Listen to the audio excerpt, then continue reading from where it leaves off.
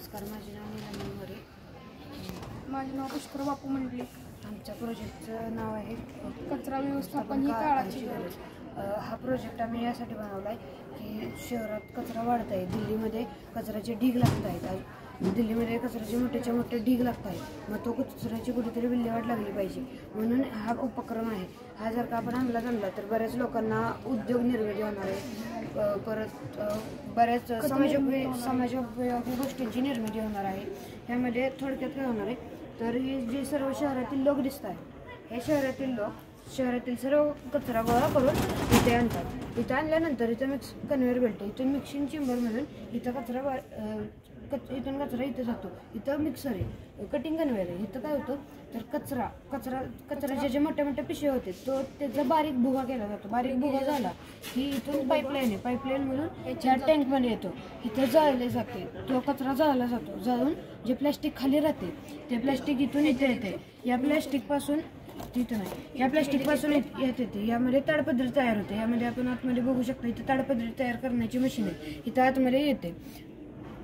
त्यानंतर जे आपलं खरकाटे असेल किंवा आपण जे भाजीची देते वगैरे टाकतो त्यापासून खत निर्मिती होते. ते खत ह्यामध्ये येते. त्यामध्ये त्याचं गांडूळ सोडून किंवा ते कुजवून त्यापासून खत निर्मिती केली जाते. त्यानंतर जे गॅसेस बाहेर पडतात त्या गॅसेसमध्ये जे गॅसेस जळू शकतात, म्हणजे जे अग्नीचा पेट घेतात ते गॅसेस इथून इथं येतात. इथं त्यामध्ये सल्फर गॅसेस, कार्बन गॅसेस हे घातक गॅसेस पण असतात. ते जर का आपण असेच वापरले तर गाड्यांचे इंजिन लवकर खराब होऊ शकते.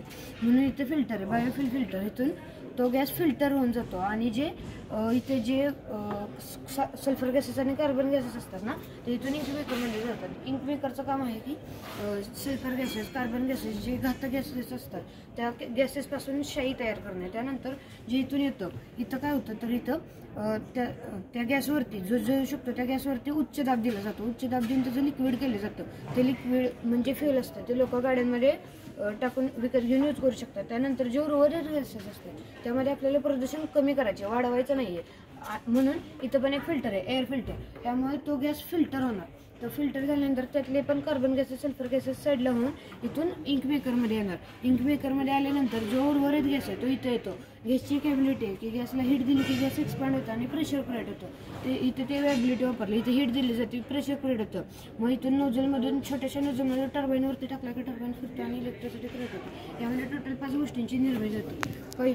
पहिलं म्हणजे खत, दुसरं म्हणजे ताडपत्री, तिसरं म्हणजे हे बायोफ्युल, चौथं म्हणजे शाई आणि 5वं म्हणजे वीज निर्मिती. ह्या प्रकल्पामुळे बऱ्याच गोष्टींची निर्मिती पण होते. परत बऱ्याच लोकांना आता आपण पाहतोय आजच्या जगात की लोकांना नोकरी मिळत नाहीये, काम मिळत नाहीये. लोक नोकरी सोडून मोठ्या एज्युकेशन ग्रेड असून पण लोकांना नोकरी मिळत नाहीये. ह्यामुळे बऱ्याच मोठ्या प्रमाणावरती उद्योग निर्मिती होणार आहे, प्रदूषण पण कमी होणार आहे व लोकांना त्याचा कचऱ्याचा जो त्रास असतो तो पण होणार नाही. धन्यवाद.